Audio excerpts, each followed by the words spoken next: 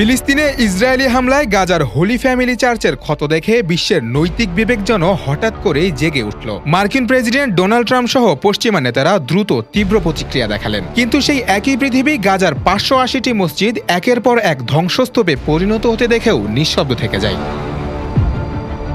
২০২৩ সালের অক্টোবর থেকে ২০২৫ সালের জুন পর্যন্ত ইসরায়েলি হামলায় গাজায় অন্তত ৫৮০টি মসজিদ আংশিক বা সম্পূর্ণ ধ্বংস হয়েছে। এর মধ্যে শতাধিক শতবর্ষী ঐতিহাসিক মসজিদও রয়েছে, যেখানে শিশুসহ সাধারণ মানুষ আশ্রয় নিয়ে নিহত হয়েছেন। এই ব্যাপক হত্যাকাণ্ড ও সংস্কৃতি বিনাশের বিরুদ্ধে মুসলিম বিশ্বের বড় একটি অংশ নীরব,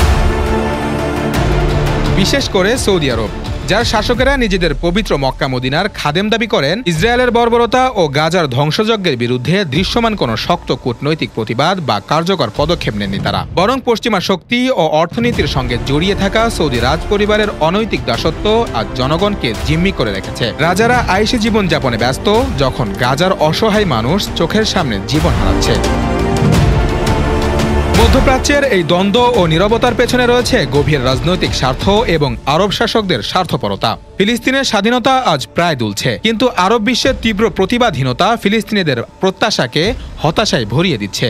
বিশ্বের ক্ষমতাধর দেশগুলো যখন খ্রিস্টান ধর্মের গির্জায় আঘাত পেলেই মানবতার দোহাই দেয়, মুসলিমদের মসজিদ ধ্বংস ও হতাহতের ব্যাপারে তাদের চুপ্পিটি আমাদের সামনে ধর্মীয় ও সাংস্কৃতিক দ্বৈত মানদণ্ডের নির্মম ছবি ফুটিয়ে তোলে। পশ্চিমাদের চোখে মুসলিম বিশ্ব আদতে দ্বিতীয় শ্রেণীর নাগরিক, আর ইসলামী স্থাপনাগুলো খেলার বস্তু।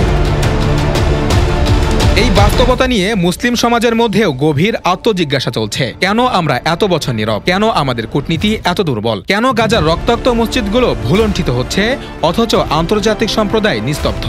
বিশ্বব্যাপী মুসলিম জনমানুষের মাঝে ফিলিস্তিনের মুক্তির দাবি ও ন্যায়পরায়ণতার বাণী আজ আগের চেয়ে জোরালো, কিন্তু তা বাস্তব রাজনীতির কঠিন দেয়ালে ধাক্কা খাচ্ছে। আরব শাসকদের নীরবতা ও পশ্চিমা স্বার্থবাদের জালে ফিলিস্তিনের স্বাধীনতা আজ অনেক দূরে। এই সংকটের মধ্যে মুসলিম জাতির করণীয় হল একতাবদ্ধ হয়ে বিশ্ববিচারের কাছে নিজেদের দাবি জোরালোভাবে তুলে ধরা, আর নিজেদের শাসক ও নেতৃত্বের কাছে জিজ্ঞাসা করা, গাজার রক্তাক্ত মসজিদ আর ফিলিস্তিনের শোষণ কখন শেষ হবে? গাজায় ধর্মীয় নিদর্শন ধ্বংস, মানুষের অগ্নিদগ্ধ নির্যাতন ও বিশ্ববিবেকের অন্ধত্ব আজ মুসলিম বিশ্বকে নিজেদের অস্তিত্ব ও ভবিষ্যৎ নিয়ে কঠোর প্রশ্নের মুখে দাঁড় করিয়েছে।